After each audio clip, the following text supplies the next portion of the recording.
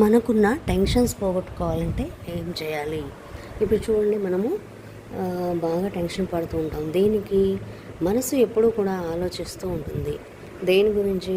అయిపోయిన దాని గురించి, గతం గురించి కానీ, లేదా భవిష్యత్తు గురించి కానీ. అంటే జరగబోయేది ఏం జరుగుతుందన్న భయంతో ఆలోచిస్తూ ఉంటాం. అలా కాకుండా మన మనసును ప్రస్తుత క్షణంలో కనుక మనం ఉంచగలిగితే, అంటే ఒక ఉదాహరణ చెప్తాను చూడండి.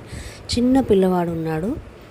వాడు ఏంటంటే చూసినా ఆనందంగా రియాక్ట్ అవ్వటం, ఏ పనైనా ఆనందంగా చేయటం, అంతా తెలుసుకోవాలి అన్న ఉత్సాహంతో తన వ్యవహారం అంతా ఉంటూ ఉంటుంది. అలాగే మనము కూడా ప్రస్తుత క్షణాన్ని ఉపయోగించుకొని వర్తమానంలో కనుక ఉండగలిగితే, అంటే ఉన్న జీవితాన్ని ఏది జరిగినా మన మంచికే అని మనం అనుకుంటూ ఉన్న ప్రస్తుత క్షణాన్ని ఆనందంగా ఉంచుకుంటూ జీవితాన్ని సహజంగా ముందుకు తీసుకెళ్ళగలిగితే టెన్షన్స్ పోతాయి.